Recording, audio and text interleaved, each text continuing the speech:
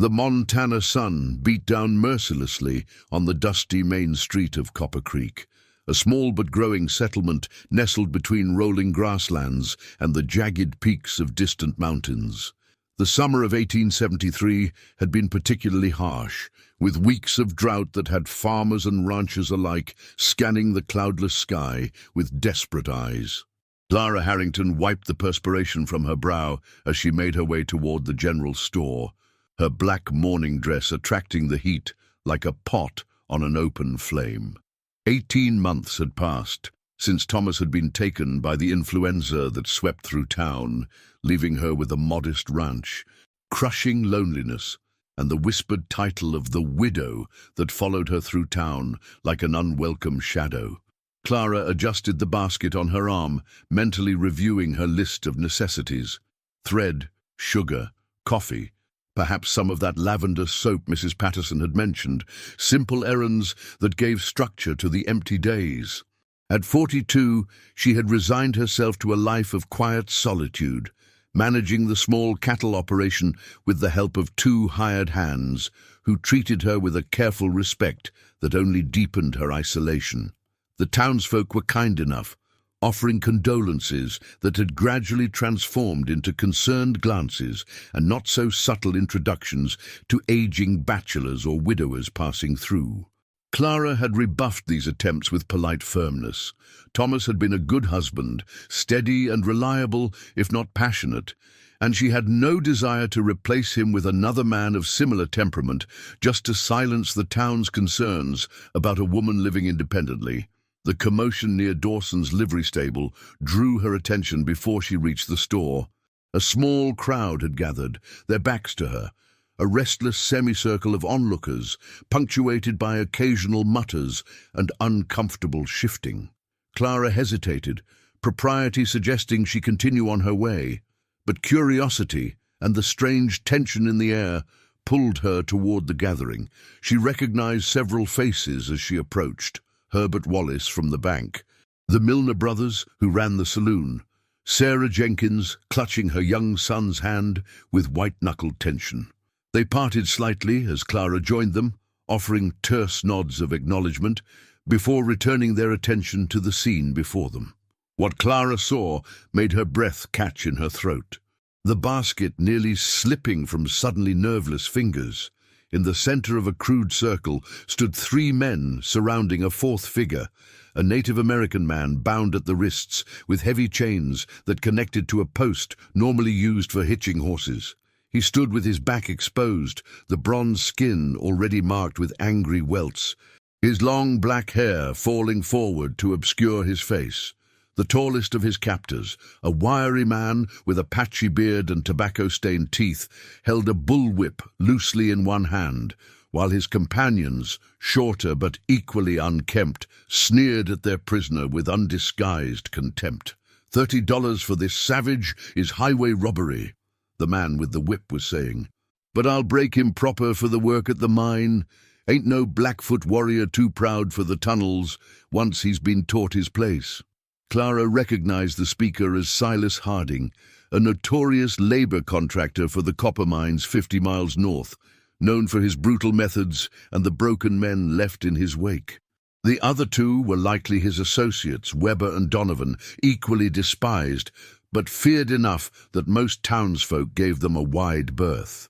Clara had heard whispers about their operation, buying prisoners from reservations or jails, indigenous men and Chinese laborers primarily, working them in horrific conditions until they dropped from exhaustion or disease. Few survived more than a year in the mines. She felt bile rise in her throat as Harding raised the whip again, the cruel leather slicing through the air with a sickening whistle before landing across the captive's shoulders with a crack that seemed to echo down the entire street. "Don't flinch now." "Shh, Injun," taunted Weber, the shortest of the 3 with a face like crumpled parchment. "We've barely started breaking you in."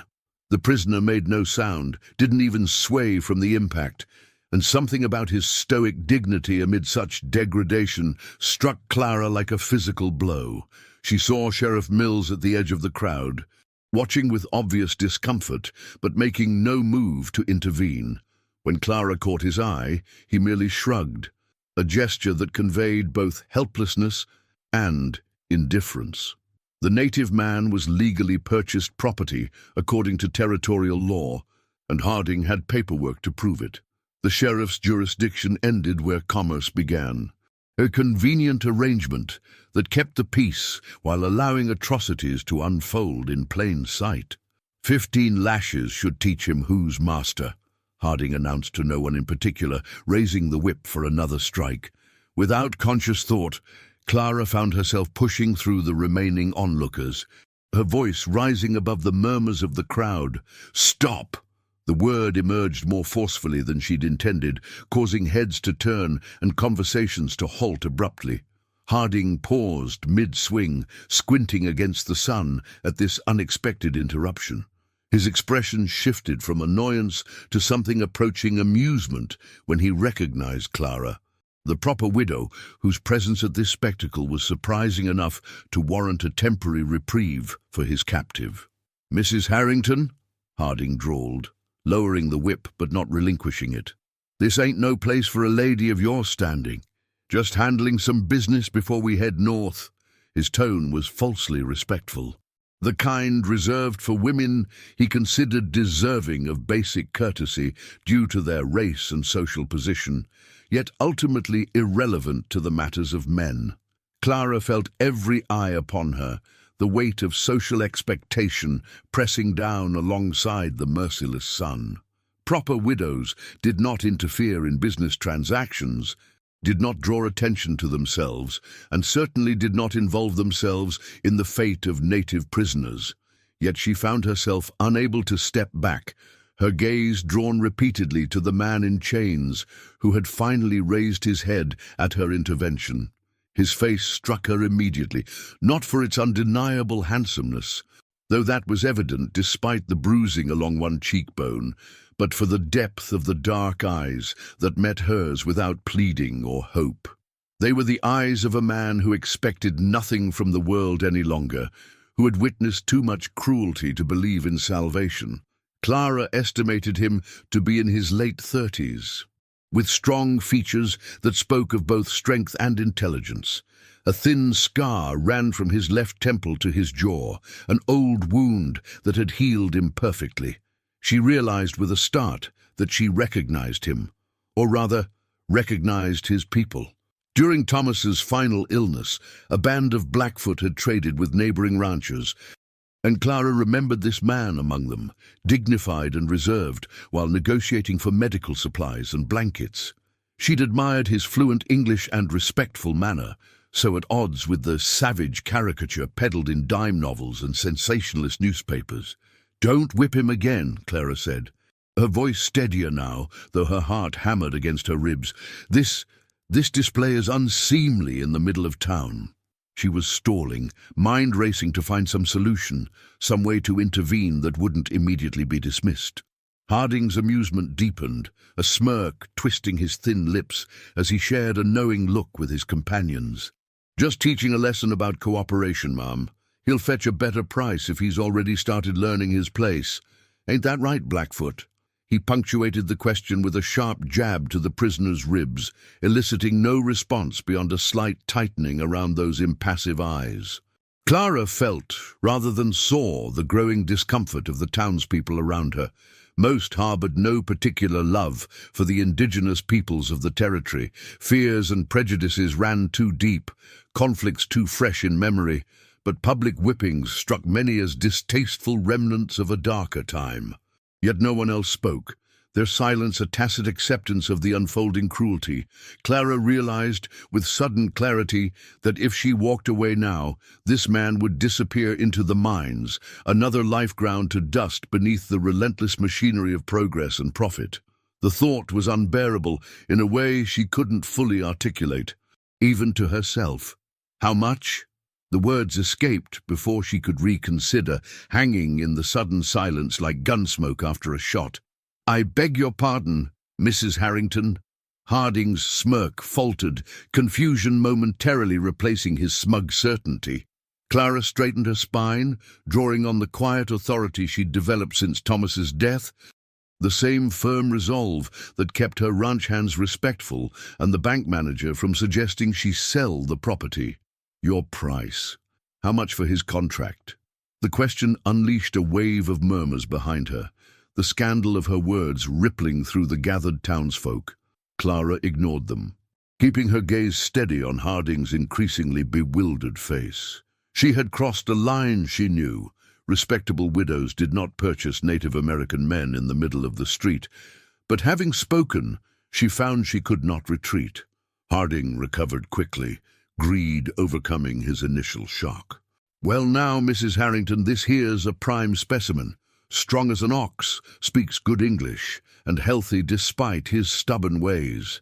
Worth at least $100 to the right buyer. The sum was outrageous, nearly 3 times what such contracts typically commanded, but Harding clearly sensed opportunity in Clara's unexpected interest. She knew he was trying to dissuade her with the inflated price, expecting her to blanch at the figure and retreat to propriety. Instead, Clara reached for the small purse secured beneath her basket's lining, where she kept the cash she'd intended to use for purchasing new stock at month's end.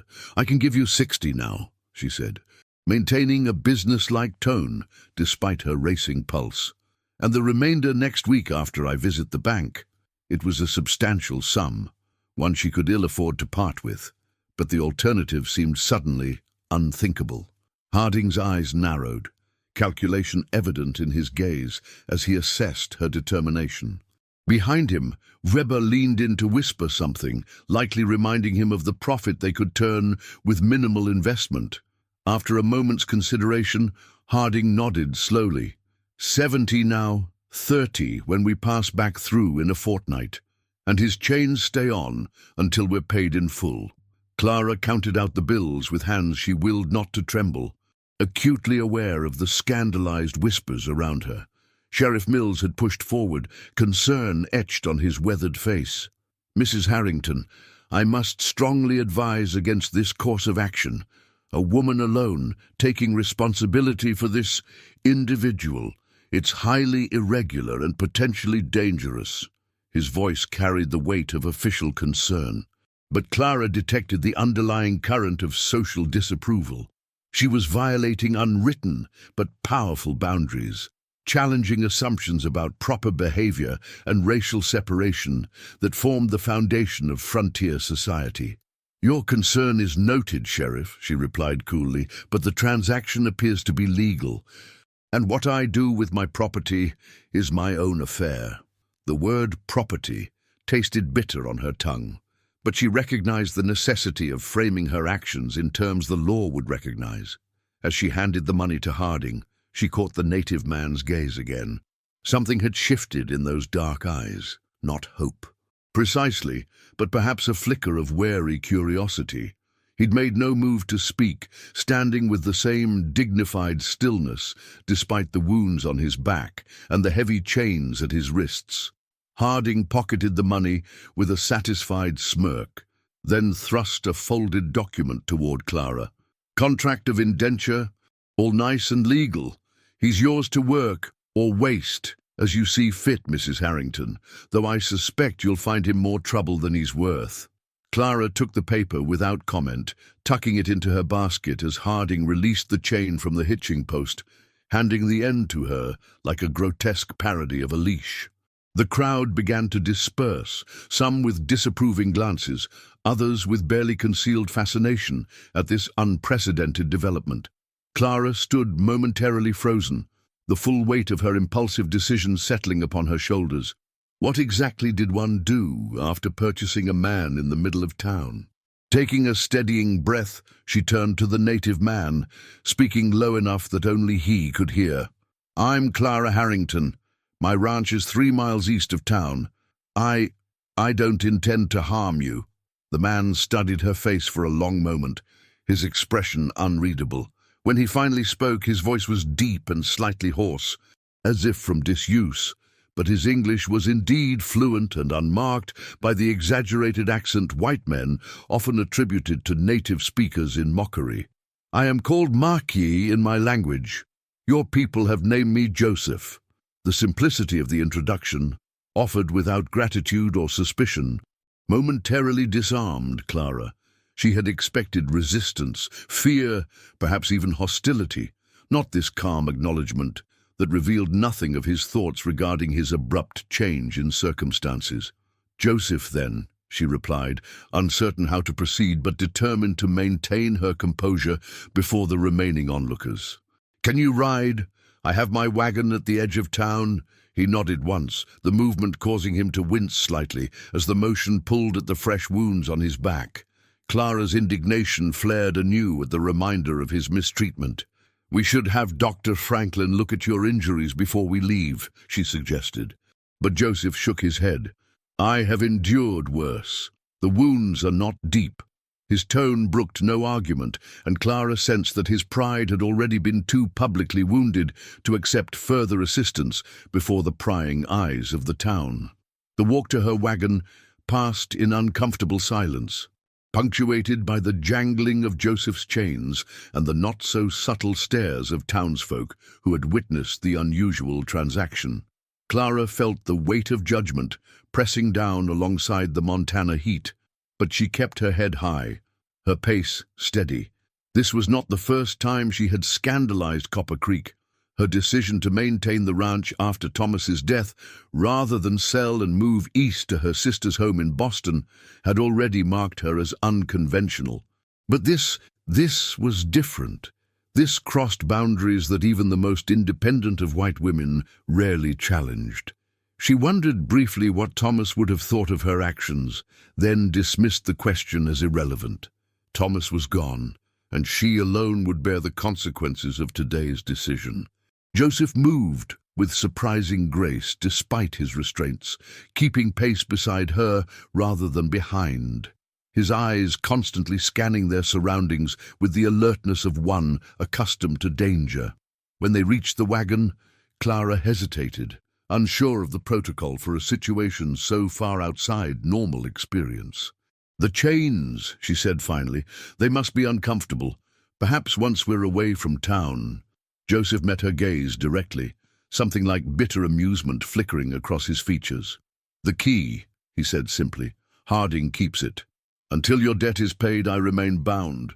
The matter-of-fact way he stated this, without self-pity or appeal for sympathy, made Clara's chest tighten with a complicated mixture of emotions she couldn't fully identify. "Then we'll manage as best we can," she replied, gesturing toward the wagon. "Can you climb up with Jim?" She trailed off, embarrassed by the awkward question, but Joseph had already moved to the side of the vehicle, hauling himself onto the seat with a controlled strength that belied his injuries. Clara secured her basket and climbed up beside him, maintaining a careful distance that acknowledged both propriety and the strangeness of their situation. As she took up the reins, she became acutely aware of the physical presence beside her, the faint, metallic scent of blood from his wounds, the subtle leather and sage smell that seemed to cling to his skin beneath the grime of captivity, the controlled rhythm of his breathing that gave no indication of pain she knew he must be feeling. The wagon lurched forward, carrying them past the last buildings of Copper Creek and onto the rutted road that led east toward her property. Only when the town had receded behind them did Clara feel some of the tension leave her shoulders, though the magnitude of what she had done continued to press upon her consciousness. She had acted on impulse, driven by a moral outrage she couldn't ignore, but now practicality reasserted itself with nagging persistence. What exactly did she intend to do with Joseph? What would the neighbors think? How would her ranch hands react? Questions multiplied with each revolution of the wagon wheels, but when she glanced sideways at the man beside her, she found no regret in her heart, only a growing certainty that, regardless of the consequences, she could not have watched him disappear into the living death of the mines. The road stretched before them, heat waves shimmering above the packed earth, distant mountains standing sentinel against the endless blue sky. 3 miles to her ranch, to a future suddenly rendered unpredictable by her own actions. Clara adjusted her grip on the reins and drove on, while beside her, Joseph gazed at the horizon with unreadable eyes, his chains glinting in the merciless Montana sun. The Harrington Ranch came into view as they crested a gentle rise, a modest but well-maintained property nestled in a shallow valley where a year-round creek provided reliable water even during the driest summers. A two-story farmhouse of weathered cedar stood as the centerpiece, flanked by a substantial barn, corral, and several outbuildings. Fields of alfalfa stretched to the east, while grazing cattle dotted the hillsides to the north. Not the largest spread in the territory by any measure, but respectable and self-sufficient. Clara felt a familiar pride as she guided the wagon down the slope, though today it was tempered by anxiety over the reception that awaited them. She had sent no word ahead, having had no opportunity to prepare her ranch hands for the unusual development. Joseph studied the approaching property with careful attention, his expression revealing nothing of his thoughts. The chains at his wrists clinked softly with each bump and sway of the wagon, a persistent reminder of his captivity despite the change in ownership. Clara cleared her throat, feeling the need to break the silence that had stretched between them for most of the journey. "It's not much compared to some of the larger operations," she said, immediately regretting the defensive note in her voice. Why should she care what this man thought of her ranch? Yet somehow she did. Thomas, my late husband, believed in quality over quantity. Better to do well with less than poorly with more, he always said. "It has good water," Joseph observed, nodding toward the creek that wound through the property like a silver ribbon. "And defensible position." The practical assessment, delivered in that same level tone he had maintained since their departure from town, struck Clara as both astute and slightly unsettling. Of course he would evaluate the land from a tactical perspective. His people had been fighting to preserve their territories against encroachment for generations. Before she could formulate a response, the distant figure of Emmett Wilson emerged from the barn, shading his eyes against the sun as he watched their approach. Clara felt her tension increase. Emmett had been with them for nearly 7 years, a taciturn but reliable foreman who had stepped up admirably after Thomas's death. His reaction to Joseph would set the tone for the entire ranch. As they drew closer, Clara could see the moment when Emmett registered the identity of her passenger, his body language shifting from curiosity to guarded alertness. At 53, Emmett was still strong, despite the silver threading through his dark hair and beard with the weathered features of a man who had spent his life outdoors. He had fought briefly in the early stages of the Civil War before a minor wound sent him west to seek his fortune. And though he rarely spoke of his past, Clara knew he had encountered indigenous peoples during his travels, not always under peaceful circumstances. She pulled the wagon to a halt near the house, offering what she hoped was a reassuring nod to her foreman. "Mrs. Harrington," Emmett greeted her with the formal address he always used.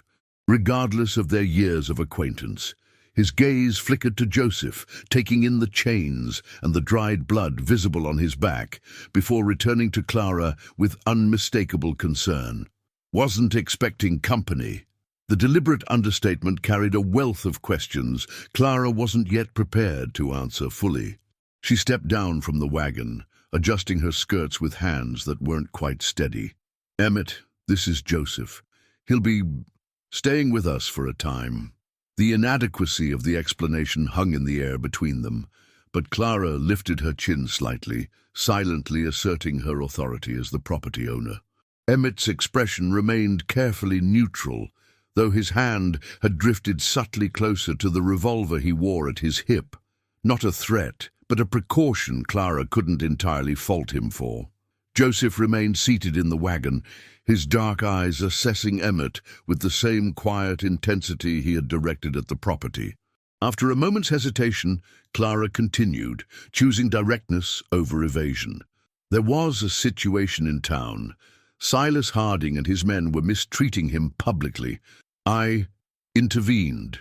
She deliberately omitted the financial details of the intervention, But Emmett was no fool, and his gaze dropped pointedly to the chains before meeting hers again with raised eyebrows.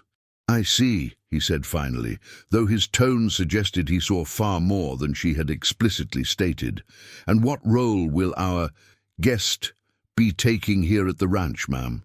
The question was reasonable, even necessary, but Clara realized with a flush of embarrassment that she had given the matter almost no thought. In the heat of the moment, her only objective had been to prevent Joseph from being taken to the mines. What came after had seemed secondary, a problem for future Clara to solve. Now, with Emmett waiting expectantly and Joseph watching the exchange with inscrutable calm, she found herself improvising. "We've been short-handed since James left for California," she said, grasping at the most practical justification. "Joseph will help with the cattle and general work around the property until what? Until his contract expired, until she felt her moral obligation had been fulfilled, until he chose to leave." The uncertainty of the arrangement stretched before her, but she finished with simple finality. "Until other arrangements are made." Emmett absorbed this with a slight nod, his gaze sliding back to Joseph with professional assessment rather than the earlier wariness.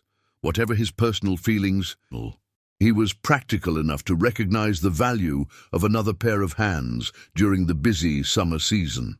"He'll need those chains removed if he's to be of any use," Emmett observed, the statement both practical and pointed. Clara sighed, explaining the complication of Harding's retained key and promised return. Emmett frowned at this, muttering something under his breath that sounded uncomplimentary to Harding's character, before addressing Joseph directly for the first time. "Can you work with them on, or are they too restrictive?" The question was posed matter-of-factly, without condescension or pity, and Clara saw something like grudging appreciation flicker across Joseph's features at being addressed as a man with agency rather than discussed as an object. "I can work," Joseph replied simply, raising his wrist slightly to demonstrate the chain's length, perhaps 18 inches of heavy links between thick iron cuffs. "The restriction is manageable." It was the longest statement he had made since leaving town, and Clara noticed a slight accent beneath the precise English, a musical quality to certain vowels that hinted at his native tongue. Emmett nodded, seemingly satisfied with both the answer and his initial assessment of their unusual visitor. With the practiced efficiency of a man accustomed to adapting to unexpected circumstances, he began mentally reorganizing the day's tasks to accommodate this new development. "Best see to those wounds first," he said, gesturing toward the dried blood visible on Joseph's back. "Then we can figure where to put him for the night." The practical concern, delivered without fuss, eased some of Clara's tension. If Emmett could approach the situation with professional pragmatism, perhaps the transition would be smoother than she had feared. Joseph descended from the wagon with the same controlled grace he had shown earlier, standing tall despite his restraints and injuries. Up close, Clara was struck again by his imposing physical presence. He stood several inches taller than Emmett, with the lean, powerful build of a man whose life had demanded constant physical exertion. "I'll fetch some clean water and bandages," Clara said, grateful for the concrete task. "Emmett, could you show Joseph to the washhouse? There should be fresh soap and towels." The foreman nodded, gesturing for Joseph to follow him toward a small structure near the main house. As the men walked away, Clara caught fragments of Emmett's one-sided conversation, practical information about the ranch layout, daily routines and expectations. Joseph listened silently, his posture alert but his expression giving nothing away. Clara watched them for a moment before turning toward the house, her mind racing with all that needed to be addressed. Sleeping arrangements, clothing, the inevitable gossip that would spread from town. The reactions of her other ranch hand, young Sam Peterson, who was due back from a supply run to the neighboring property by sundown. Inside the cool dimness of the house, Clara leaned against the closed door, finally allowing herself a moment of doubt. What had she done? Purchased a man. The very concept made her stomach twist with discomfort. regardless of her humanitarian intentions, created a situation that would certainly damage her already precarious social standing in the community, introduced an unknown element into the careful balance of her life since Thomas's death. And yet, when she closed her eyes and remembered Joseph standing stoically under Harding's whip, she knew she would make the same choice again. Some injustices simply could not be witnessed without action, regardless of the cost or consequence. With renewed determination, Clara gathered clean cloths, a basin of water, and the small jar of healing salve she kept for the inevitable cuts and burns of ranch life. By the time she reached the wash-house, Joseph was alone, Emmett having returned to his interrupted work with a promised return at supper time.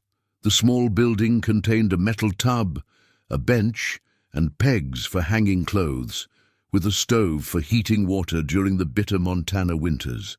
Currently, the summer heat made the interior almost stifling, the air heavy with the scent of lye soap and damp wood. Joseph stood with his back to the door, having managed to remove his tattered shirt despite the chains, the full extent of his injuries now visible in the afternoon light slanting through the single window. Clara faltered in the doorway, both from the unexpected intimacy of the moment and from dismay at the damage revealed. Fresh welts from Harding's whip crossed older scars that spoke of previous abuse, the bronze skin a map of suffering that made her throat tighten with anger. Joseph turned at the sound of her entry, his expression carefully neutral as he registered her presence. For a moment they regarded each other in silence, mutual uncertainty hanging in the air between them. Clara was acutely aware that in proper society a woman would never attend to a man's injuries in such a private setting, especially not a man of another race. A virtual stranger, but propriety seemed a distant concern compared to the practical necessity before her. "Those need cleaning," she said finally, nodding toward his back as she set down her supplies, "to prevent infection." Joseph made no objection, though his posture remained wary as Clara approached with a damp cloth. She worked in silence, cleaning each wound with gentle efficiency, trying to maintain a clinical detachment that became increasingly difficult as she catalogued the evidence of mistreatment. Some of the older scars were clearly from weapons, a puckered bullet wound near his left shoulder, the thin white line of what must have been a knife slash across his ribs. Others were more difficult to identify, but spoke of sustained hardship. Through it all, Joseph remained utterly still, betraying discomfort only in the occasional tightening of muscles beneath her ministrations. "How did you come to be in Harding's custody?" Clara asked finally, the question emerging despite her resolution not to pry. Joseph was silent for so long she thought he might not answer, but eventually he spoke, his deep voice filling the small space between them. "My people were moved to the reservation last winter. I left to hunt when food became scarce. The army captured me near Helena. They sold the contract to Harding 3 days ago." The stark simplicity of the account contained volumes of unspoken suffering, the forced relocation, the hunger, the imprisonment.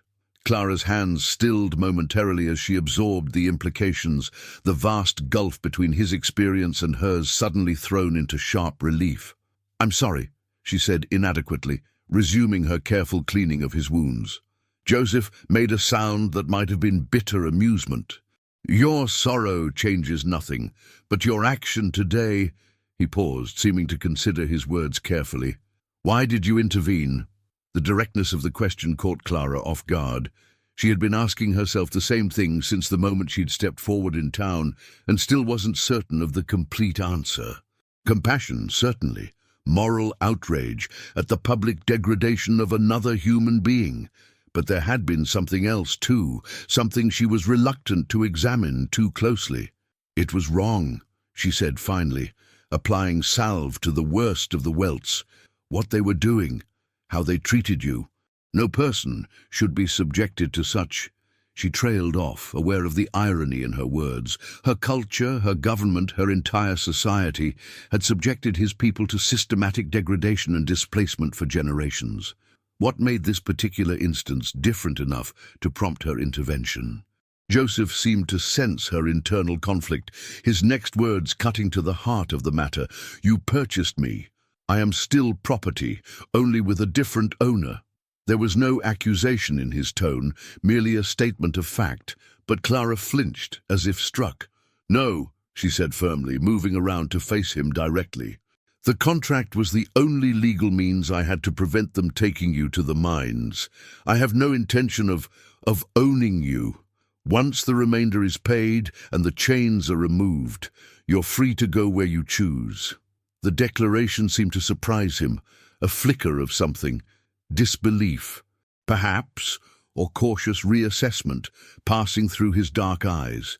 He studied her face intently, as if searching for deception, and Clara forced herself to meet his gaze steadily, despite the heat rising in her cheeks at his scrutiny.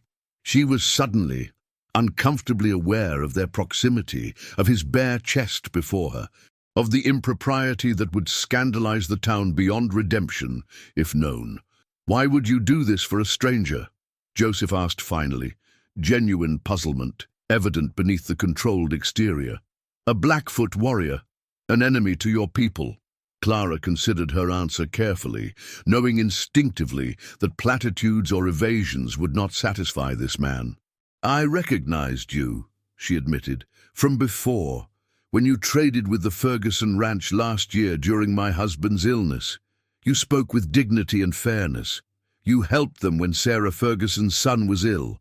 She hesitated, then added with simple honesty, "I couldn't watch them break that dignity. Not when I had the means to prevent it." Joseph absorbed this in silence, his expression unreadable. After a long moment he inclined his head slightly, a gesture that somehow conveyed both acknowledgement and reservation. "The Blackfoot have a saying," he said finally. "A debt unpaid is a stone in the heart. I will work until your investment is repaid." The formal declaration, delivered with quiet dignity despite his chains and injuries, moved Clara unexpectedly. She understood he was offering the only thing available to him at present, his labor, his word, as currency in a transaction that had fundamentally altered both their circumstances. It was, in its way, an assertion of his own agency within the constraints of his situation. "That seems fair," she replied, matching his formality with her own, "though I would have intervened regardless of repayment." A hint of something like wry humor flickered briefly across his features, there and gone so quickly she might have imagined it. "Perhaps, but a man with no way to balance the scales carries a burden heavier than chains." The philosophical observation surprised her. Another reminder that the simplified caricatures of savages presented in popular culture bore little resemblance to the complex individuals of the indigenous nations. Before she could respond, the sound of approaching footsteps announced Emmett's return, bringing their private conversation to an abrupt conclusion. The remainder of the day passed in a flurry of practical arrangements.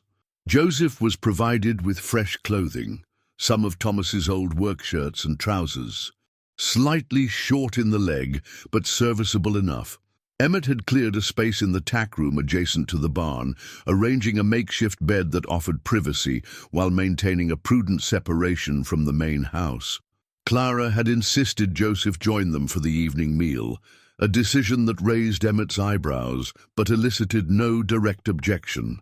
The arrival of Sam Peterson, the 19-year-old ranch hand who lived in the bunkhouse with Emmett, had introduced a new element of awkwardness, the young man's initial shock giving way to wary curiosity about their unusual guest. Now, as darkness settled over the ranch and the men retired to their respective quarters, Clara sat alone on the porch of the main house, a shawl draped over her shoulders against the rapidly cooling night air. The events of the day replayed in her mind, each decision and consequence examined under the harsh light of hindsight. She had acted on impulse, driven by moral outrage and something less easily defined, a connection, perhaps a recognition of shared humanity that transcended the artificial boundaries of race and circumstance. Whether that connection would prove sufficient foundation for the uncertain path ahead remained to be seen. But as Clara gazed at the star-strewn Montana sky, she found herself strangely at peace with her choice. Whatever complications might follow, in the distance, a coyote called to its kin, the lonesome sound echoing across the valley like a question with no answer. Clara pulled her shawl tighter and continued her vigil, while behind the barn, Joseph stood in silent contemplation of the same vast sky, the chains at his wrists catching the cold light of the rising moon. The following days established a tentative rhythm to life on the Harrington ranch, as Joseph gradually integrated into the daily operations despite the persistent hindrance of his chains. Clara observed with quiet admiration how he adapted to each task, finding creative solutions to work around his restraints, whether mending fences, feeding livestock, or assisting with the countless chores that kept the ranch functioning. His wounds healed quickly, testament to a lifetime of endurance and resilience, and though he spoke little, his actions demonstrated both intelligence and a willingness to contribute that gradually eased the initial wariness of both Emmett and young Sam.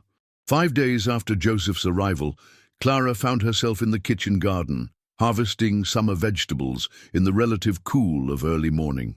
The familiar task allowed her mind to wander, reflecting on the subtle shifts in the ranch's atmosphere. Emmett had moved from skepticism to grudging respect after witnessing Joseph's skill with horses.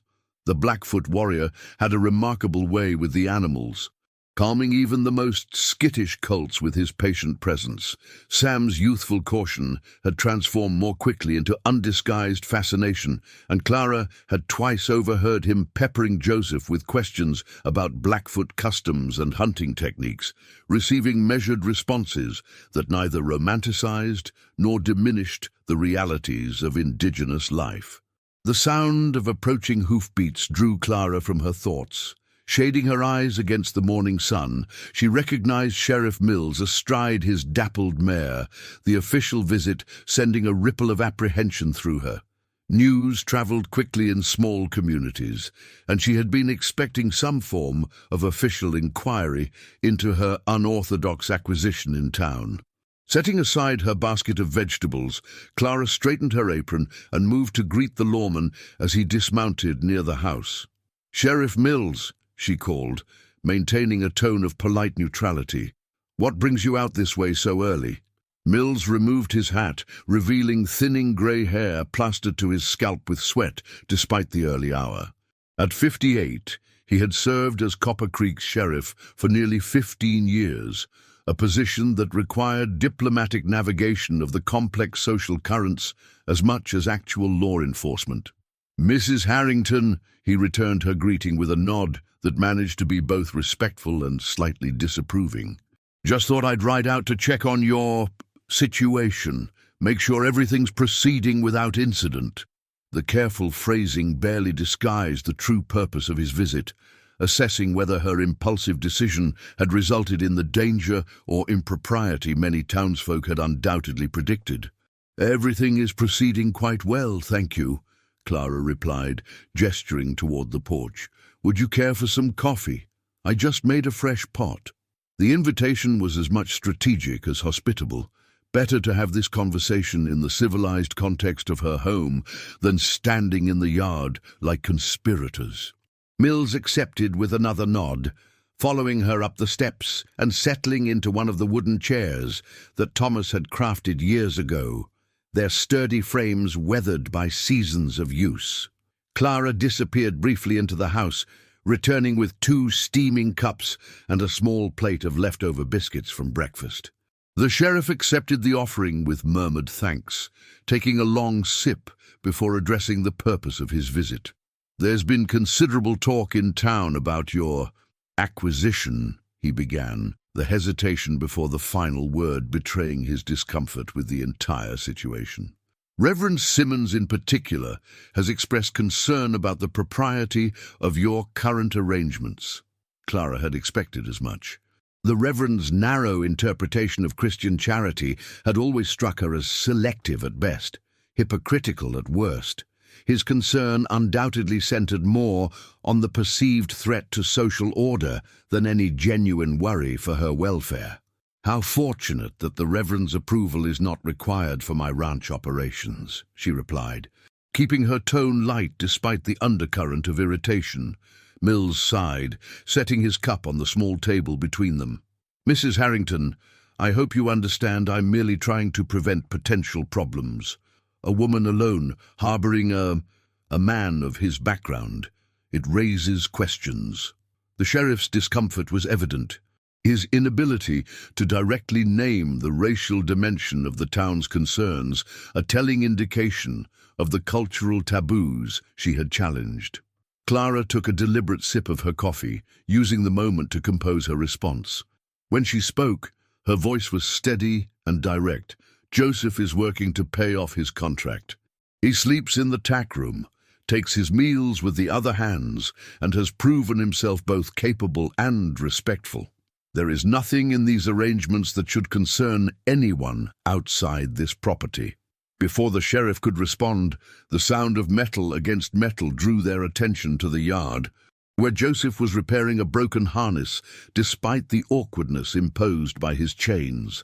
He worked with focused precision, apparently oblivious to their presence on the porch, though Clara suspected little escaped his notice. Mills watched him for a long moment, his expression a complex mixture of ingrained prejudice and reluctant assessment. "He seems capable enough," the sheriff conceded finally, "but Harding's reputation precedes him. If that man has spent time in his custody, there's likely good reason. These savages can seem docile right up until they're not." Clara felt heat rise in her cheeks at the casual bigotry, but maintained her composure with effort. "Joseph was captured while hunting to feed his people on the reservation where your government confined them," she said, unable to keep a slight edge from her voice. "His crime was attempting to prevent starvation. As for Harding, I believe his reputation speaks for itself. A man who profits from suffering is hardly a character reference I would trust." The pointed response caused Mills to shift uncomfortably in his seat, his weathered features registering both surprise and discomfort at her direct challenge to accepted wisdom regarding indigenous peoples. "Be that as it may," he continued stubbornly, "you can't deny the risk. The Blackfoot were raiding settlements not 5 years ago. Memories are long out here." Clara regarded him steadily, hearing the genuine concern beneath the prejudice. Mills wasn't a cruel man, merely a product of his time and place, his worldview shaped by decades of frontier conflict and the self-justifying narratives of manifest destiny. "Sheriff," she said finally, her tone softening slightly, "I appreciate your concern, but I trust my judgment in this matter. Joseph has given me no cause for alarm and considerable reason for respect. I would ask that you extend the same courtesy to him that you would to any man working honestly to fulfill his obligations." Mills absorbed this with a thoughtful frown, his gaze returning to Joseph's solitary figure in the yard. After a moment's consideration, he sighed, the sound heavy with resignation. "Your husband was a good man, Mrs. Harrington. He'd want you to be safe." The invocation of Thomas was a familiar tactic, one Clara had encountered repeatedly since his death. The assumption that her late husband's hypothetical concerns should guide her decisions more than her own judgment. "Thomas believed in treating people according to their actions, not their origins," she replied quietly. "I think he would understand my choice, even if others cannot." The conversation shifted to more neutral topics: recent rainfall, cattle prices, news from the territorial capital. But Clara remained aware of the unresolved tension beneath the surface pleasantries. When Mills finally departed nearly an hour later, his parting words confirmed her suspicions. "I'll tell folks in town that things seem settled here, but don't be surprised if you receive fewer social calls for a while. People have strong feelings about these matters." Clara nodded her understanding, watching as he mounted and rode away, dust rising behind his horse in the morning sunlight. The implied social ostracism was expected, if unwelcome, another price to be calculated in the growing ledger of her impulsive decision. As the sheriff's figure receded in the distance, Clara became aware of Joseph's presence at the corner of the porch. His approach so silent she hadn't noticed his movement. The chains at his wrists gleamed dully in the sunlight as he regarded her with that same inscrutable expression. "The lawman brings trouble?" he asked, the question simple but laden with understanding of the social dynamics at play. Clara shook her head slightly, gathering the empty cups as she rose from her chair. "Not trouble exactly. Warnings, concern." A small, ironic smile touched her lips. "Apparently, I've scandalized the community by prioritizing humanity over convention." Joseph considered this, his dark eyes thoughtful. "Your people have many rules about who may help whom," he observed. "Many words about brotherhood, but borders drawn in the sand." The astute assessment of white Christian hypocrisy might have surprised Clara a week ago, but she was learning that Joseph's quiet demeanor concealed both sharp intelligence and considerable insight into the contradictions of settler society. She had found herself increasingly curious about his life before capture, his position among his people, his experiences with white settlers, the circumstances that had honed his perceptive understanding of both cultures. But she had refrained from prying, recognizing that such personal history was his to share or withhold as he chose. "The borders seem particularly rigid when it comes to women making independent decisions," she replied, a hint of long-suppressed frustration coloring her tone. Joseph nodded, a flicker of what might have been sympathy passing across his features. "Among my people, women have different roles, but their voices are heard in council. The grandmothers often have the final word in important matters." It was the most he had voluntarily shared about Blackfoot culture, and Clara found herself hungry for more, not the sensationalized accounts of savage customs published in Eastern newspapers, but genuine insight into a way of life systematically dismantled by the relentless machinery of American expansion. Before she could frame a response, Emmett's voice called from the corral, requesting Joseph's assistance with a particularly difficult horse. The moment of connection dissolved as Joseph nodded briefly and turned away, resuming the role of worker with the same quiet dignity he brought to every task. Clara watched him go, aware of a growing tension between her stated humanitarian motivations and the undeniable personal interest she felt in the man himself, his thoughts, his history, the person beneath the stoic exterior. It was a complication she hadn't anticipated when she'd stepped forward in town square, one that added yet another layer to the already complex situation she had created. Sighing softly, Clara returned to her interrupted garden work, trying to focus on the tangible reality of soil and plants rather than the unsettling awareness that had been growing within her since Joseph's arrival. She was a widow of 42, he a captive warrior from a nation systematically displaced by her people. Any connection beyond their current practical arrangement was not merely improper by social standards, but potentially disastrous for both of them in ways she could only dimly imagine. Better to maintain the clear boundaries of employer and worker, rescuer and rescued, until Harding returned for his final payment and Joseph was free to determine his own path forward. Yet as she knelt among the neat rows of vegetables, Clara found her gaze drawn repeatedly to the corral, where Joseph now stood in the center, one hand extended toward the nervous Mustang that had resisted Emmett's efforts at gentling. Even from this distance, she could see the remarkable stillness he projected, the patient confidence that gradually drew the skittish animal closer. There was something almost mesmerizing in his quiet strength, a quality that transcended the circumstances of their meeting and spoke to something deeper, more elemental. Clara forced her attention back to the garden, her fingers working mechanically among the plants, while her thoughts continued their troubling circular path through territory as uncertain as the wild lands beyond the ranch's boundaries.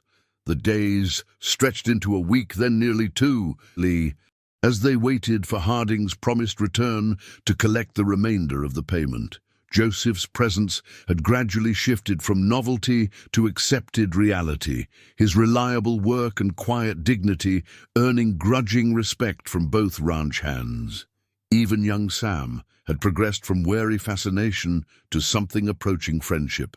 Eagerly absorbing the hunting and tracking knowledge Joseph occasionally shared during their work together. The chains remained a constant reminder of unfinished business, but Joseph had adapted to their restriction with remarkable stoicism, never complaining despite the obvious discomfort they caused during physical labor.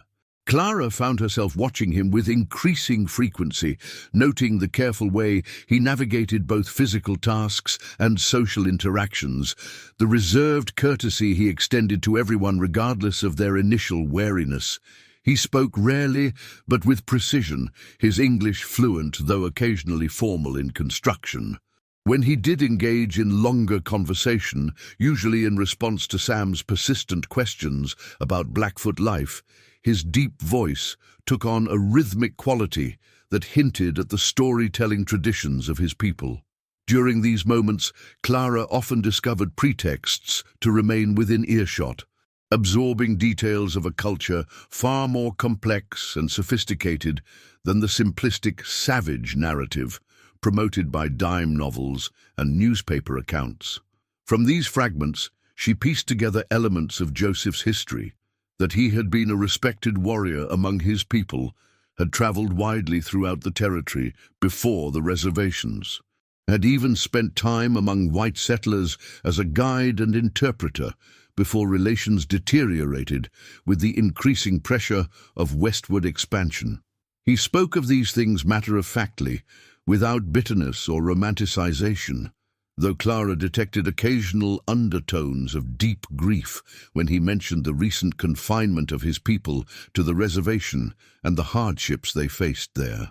What remained unspoken, his personal losses, his family connections, the specific circumstances of his life before capture, hung in the spaces between his words, boundaries she respected despite her growing curiosity. 12 days after Joseph's arrival, Clara was reviewing the ranch accounts at the kitchen table when the sound of approaching riders drew her attention. Moving to the window, she recognized Silas Harding's distinctive slouched posture astride his grey gelding, accompanied by the shorter, rounder figure of Weber. Their arrival sent a complex surge of emotions through her.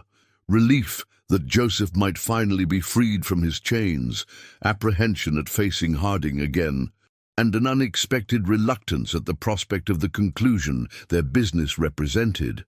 Once the final payment was made and the chains removed, Joseph would be free to leave, a right she had explicitly promised him, yet the thought of his departure created a hollow sensation in her chest she wasn't prepared to examine closely. Setting aside her ledger, Clara moved to the porch as the men dismounted in the yard. Harding's thin-lipped smile held no warmth as he approached, merely the satisfaction of a businessman completing a profitable transaction. "Mrs. Harrington," he greeted her with exaggerated courtesy that bordered on mockery. "Trust your investment has proven worthwhile?" The deliberate crudeness of the inquiry, with its implication of ownership rather than employment, caused Clara's spine to stiffen. Behind Harding, Weber's beady eyes darted around the property with undisguised curiosity, likely gathering gossip to spread in town about the widow's unconventional household. "Mr. Harding," Clara acknowledged coolly, "I've been expecting you. I have the remainder of the payment ready." She had visited the bank in town 3 days earlier, enduring the barely concealed disapproval of the manager as she withdrew the necessary funds. The transaction had fueled fresh gossip, no doubt, but Clara had grown increasingly indifferent to the town's opinions as the days passed. Her primary concern now was concluding this distasteful business as quickly and cleanly as possible, without giving Harding any opportunity to further humiliate Joseph in the process. "I assume you've brought the key to the chains." "As agreed." Harding patted his vest pocket with theatrical smugness. Right here, ma'am, though I'd recommend keeping him restrained if you plan to continue employing him. These savages understand little beyond force. Clara bit back the sharp retort that rose to her lips, reminding herself that engaging with Harding's bigotry would only prolong the unpleasant encounter.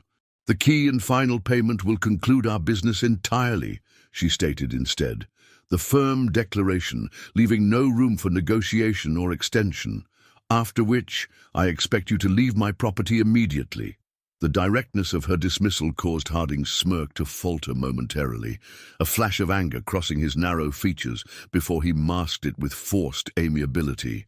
Of course, Mrs. Harrington, just a simple business transaction between civilized folks. The emphasis on civilized carried obvious implications regarding both Joseph's status and Clara's questionable judgment in the matter. Before she could respond, movement from the direction of the barn caught their attention. Joseph approached slowly, his expression carefully neutral as he registered the presence of his former captors. The chains clinked softly with each deliberate step, a metallic counterpoint to the sudden tension that stretched across the yard like a bowstring pulled taut. Harding's face twisted into a smile that held nothing but cruelty. Well, if it isn't the Blackfoot buck himself. Still got some spirit in him, I see. Thought you might have broken him proper by now, Mum. Clara's hands clenched involuntarily at her sides, nails digging into her palms as she struggled to maintain her composure. Mr. Harding, I have your payment in the house. Let's complete our transaction without further delay. She turned toward the door, intending to retrieve the money and conclude the business as quickly as possible, but Harding's next words stopped her cold. No rush, Mrs. Harrington. Just curious how our warrior here has adapted to being owned by a woman. Must be quite the blow to that famous Blackfoot pride.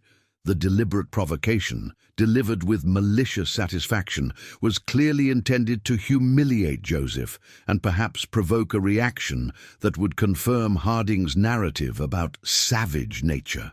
Joseph remained utterly still, his dark eyes fixed on some distant point beyond Harding's shoulder, his expression revealing nothing of his thoughts. The dignity in his silence, the absolute refusal to engage with the attempted degradation, struck Clara with the same powerful recognition she had felt in town 2 weeks earlier. Without another word, she entered the house, retrieved the envelope containing the $30, and returned to the porch. Your payment, Mr. Harding, she said, extending the envelope with cold formality. Now the key, if you please, and our business is concluded. Harding accepted the money with a flourish, making a show of counting the bills before tucking them into his coat pocket.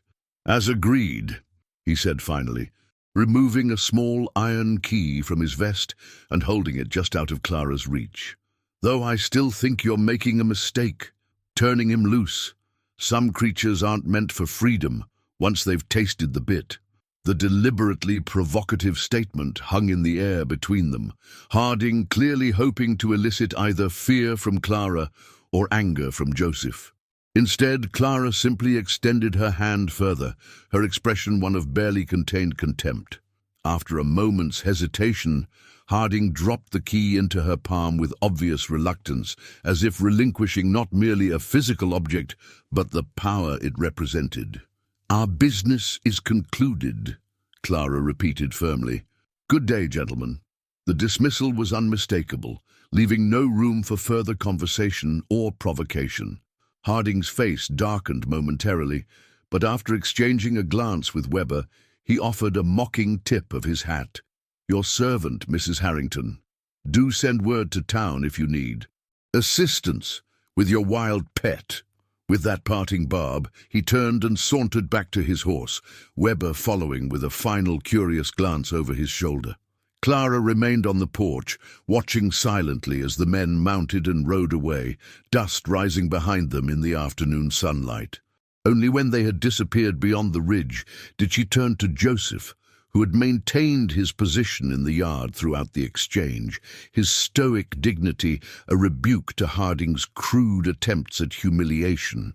For a moment, They regarded each other in silence, the small key weighing heavily in Clara's palm. "It's over," she said finally, descending the porch steps to stand before him. "They won't return." Joseph nodded once, his dark eyes meeting hers directly for perhaps the first time since his arrival. "You have honored your word," he observed quietly. "Many of your people speak promises they never intend to keep."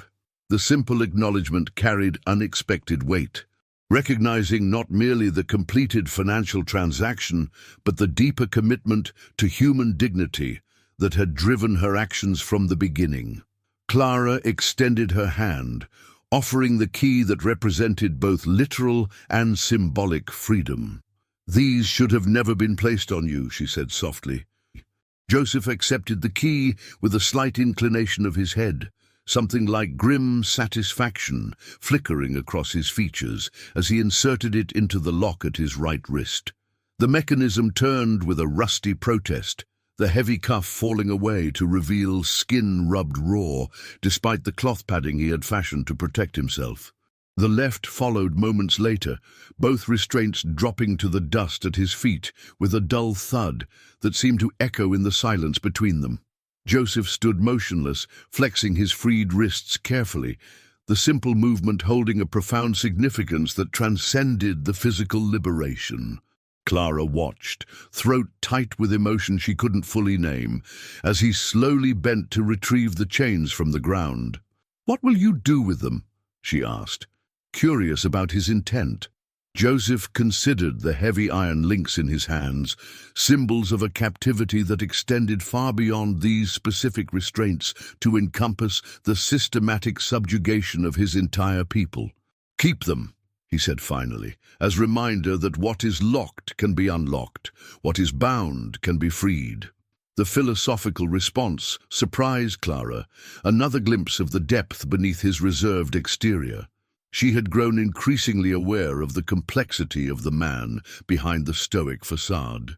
His keen intelligence and unexpected moments of wry humor, the careful observations that revealed both wisdom and a profound understanding of human nature. Now, watching him standing tall and unrestrained for the first time since their meeting, she was struck anew by his presence, not merely his physical strength, but the dignity and resilience that hardship had tempered rather than broken. "You're free to go," she said quietly, fulfilling the promise made on that first day, "to return to your people, or wherever you choose." Joseph nodded, acknowledgement rather than immediate acceptance of the offer. "The reservation is 3 days' ride north," he observed, his tone neutral. "Winter comes early in the mountains. My people will have moved to the sheltered valleys by now."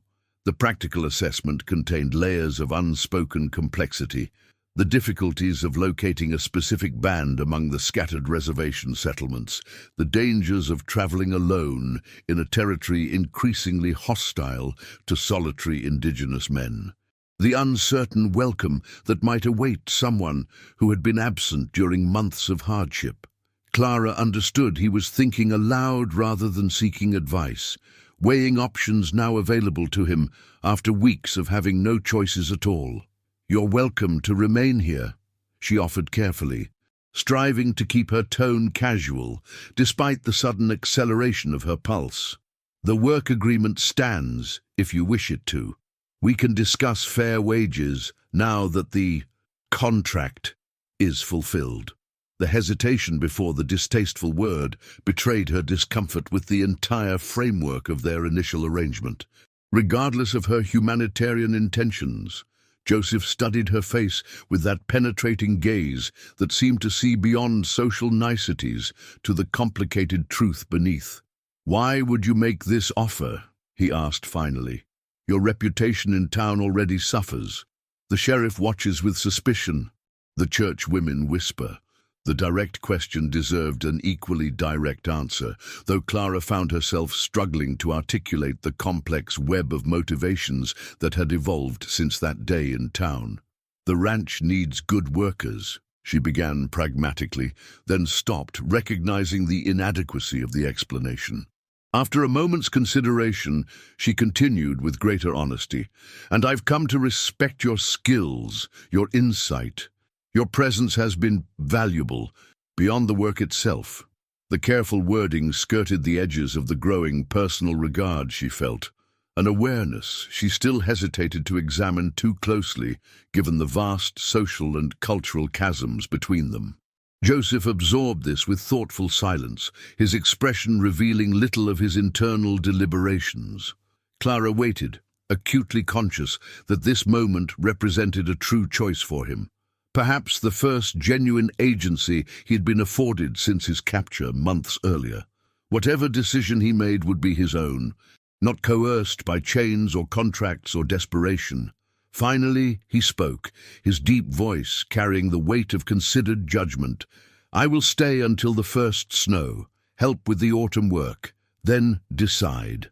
The measured response, neither rejection nor commitment, seemed fitting for a man who had learned through bitter experience to navigate uncertain territory with caution. "Until the first snow, then," Clara agreed, relief washing through her despite the provisional nature of the arrangement. The Montana autumn could stretch for weeks yet, the first serious snowfall typically arriving in late October or early November.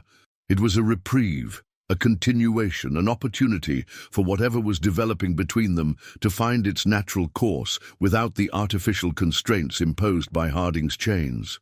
Joseph gathered the discarded restraints, slinging them over one shoulder as he turned toward the barn where his few possessions were stored in the tack room.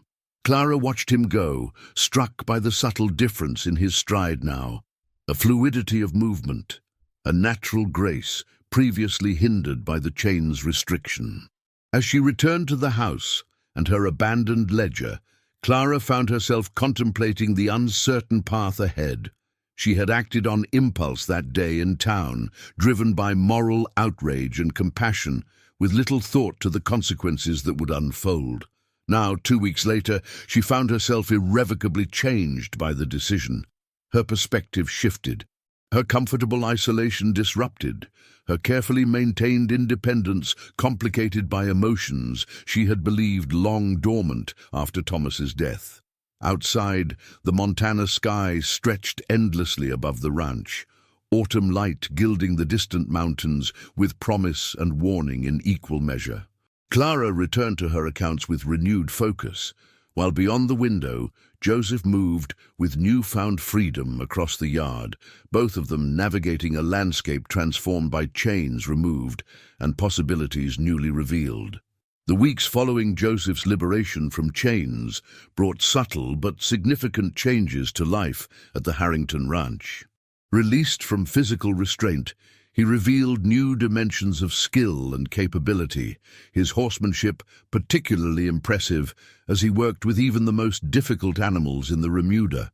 Emmett, whose initial skepticism had gradually yielded to professional respect, now routinely consulted him on matters requiring specialized knowledge, from weather predictions to the behavior of predators threatening the herd.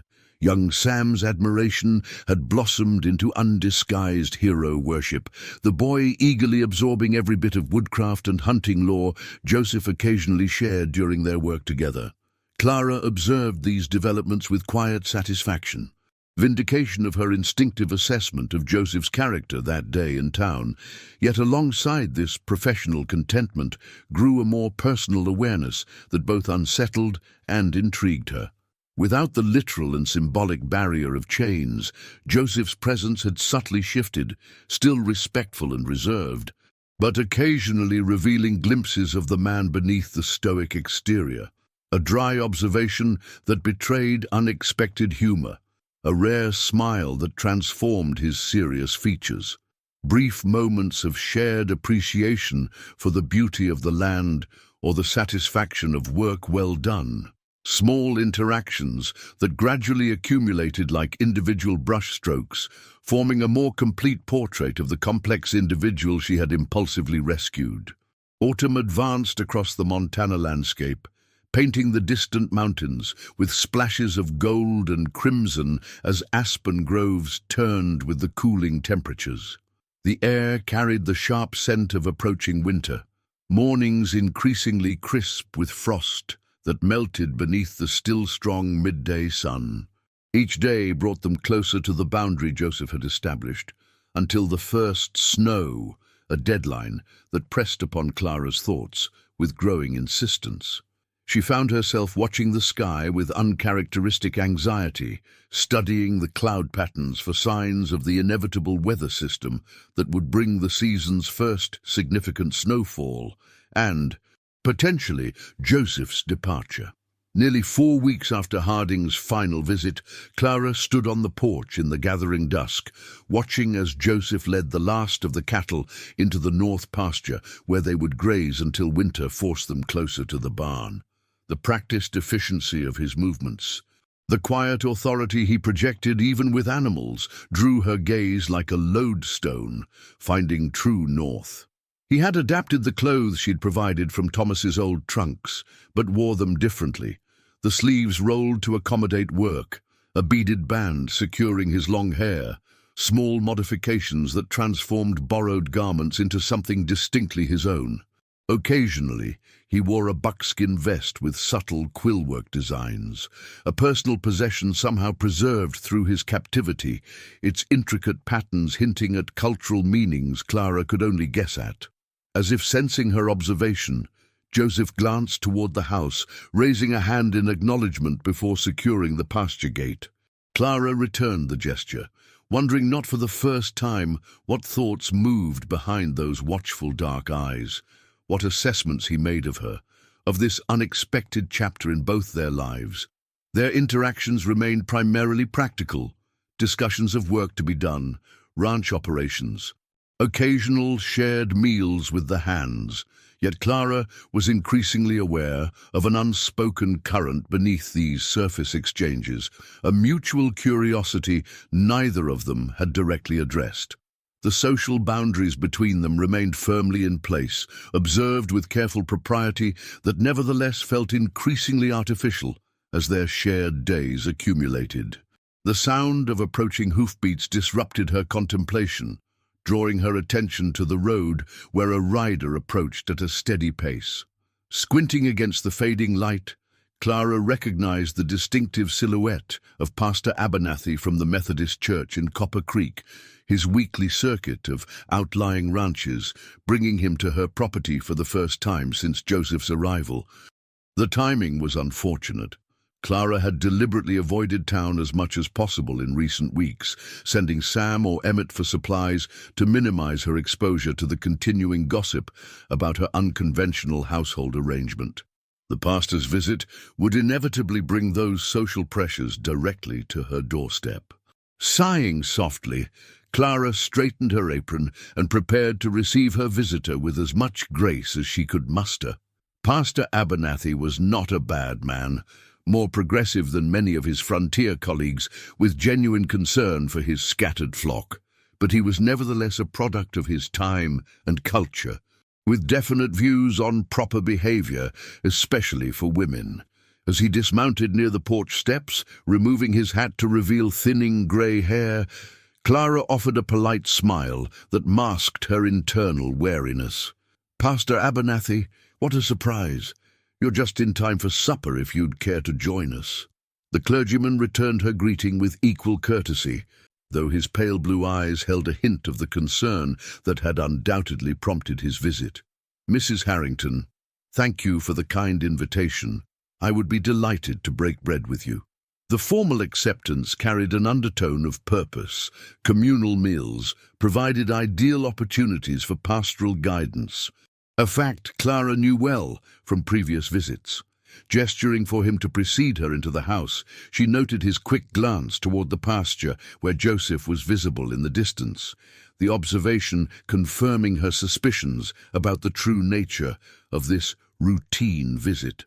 Inside, Clara busied herself with practical matters, adding another place setting to the kitchen table, checking the venison stew simmering on the stove, slicing fresh bread still warm from the afternoon baking.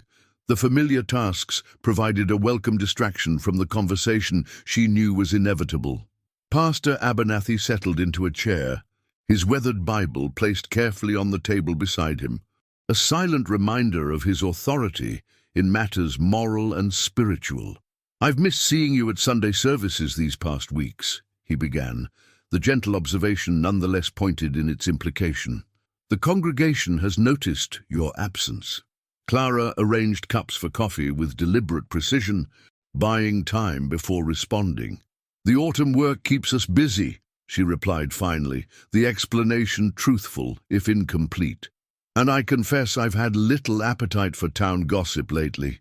The mild rebuke caused the pastor to shift slightly in his chair, a tacit acknowledgement of the community's fascination with her situation. "People are concerned for your welfare, Clara," he countered, the shift to her first name signaling a more personal approach. "Living out here alone, with your unusual staffing arrangements, it naturally raises questions."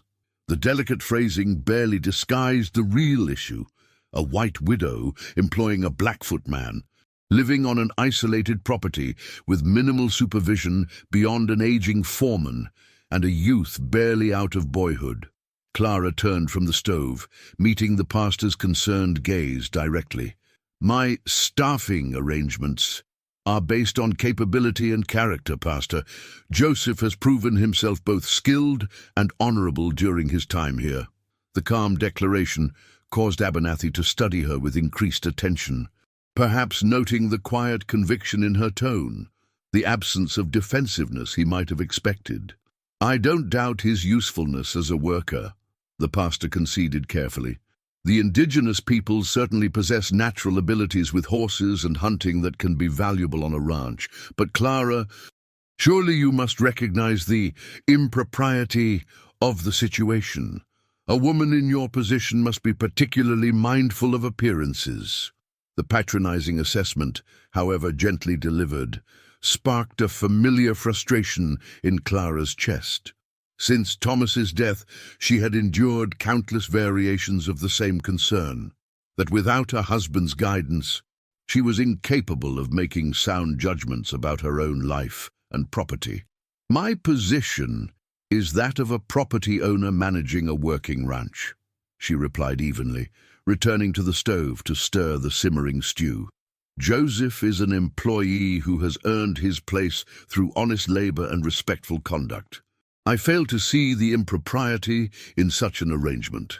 The deliberate obtuseness regarding the racial and gender dimensions of the pastor's concern was a small rebellion, forcing him to be more direct if he wished to pursue the matter. Abernathy sighed softly, recognizing the gentle but firm resistance in her stance. "Clara, you know I speak only out of concern for your well-being, spiritual and social as well as physical. The good book teaches us to be mindful of how our actions appear to others, to avoid even the appearance of impropriety." He tapped the worn Bible beside him for emphasis. "And while Christian charity certainly extends to all God's children, including the heathen nations, there are natural boundaries established by divine providence. To disregard these boundaries invites misunderstanding at best, moral danger at worst." The theological framing of racial separation was familiar.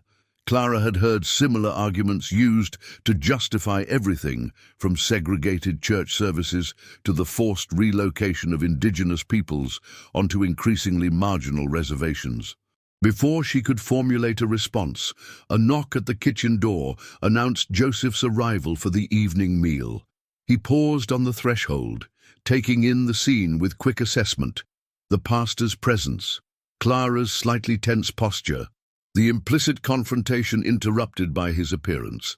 For a moment, he seemed prepared to withdraw, a consideration that prompted Clara to gesture him forward with deliberate welcome. "Joseph, please join us. Pastor Abernathy is visiting from town and will be sharing our supper." The invitation, extended with pointed normality, was both genuine hospitality and a small assertion of her authority within her own home. Joseph entered with quiet dignity, nodding respectfully to the clergyman before taking his customary place at the far end of the table. Pastor Abernathy returned the acknowledgement with visible discomfort, his theological certainties momentarily disrupted by the flesh-and-blood reality of the man before him. Clara noted with wry internal amusement how Joseph's physical presence often had this effect on those who spoke confidently about savages in abstract terms, his evident intelligence, dignity, and self-possession challenging preconceptions in ways mere arguments never could. "Joseph helps manage our horse breeding program," she explained conversationally, serving the stew into bowls with practiced efficiency. "His knowledge has already improved our stock considerably." The mundane topic offered a safe bridge across the awkward moment, allowing the pastor to regain his composure while establishing the professional nature of Joseph's presence. Abernathy accepted a bowl with murmured thanks, then bowed his head in brief silent prayer before beginning to eat. Clara noticed that Joseph waited respectfully for this ritual to conclude before starting his own meal.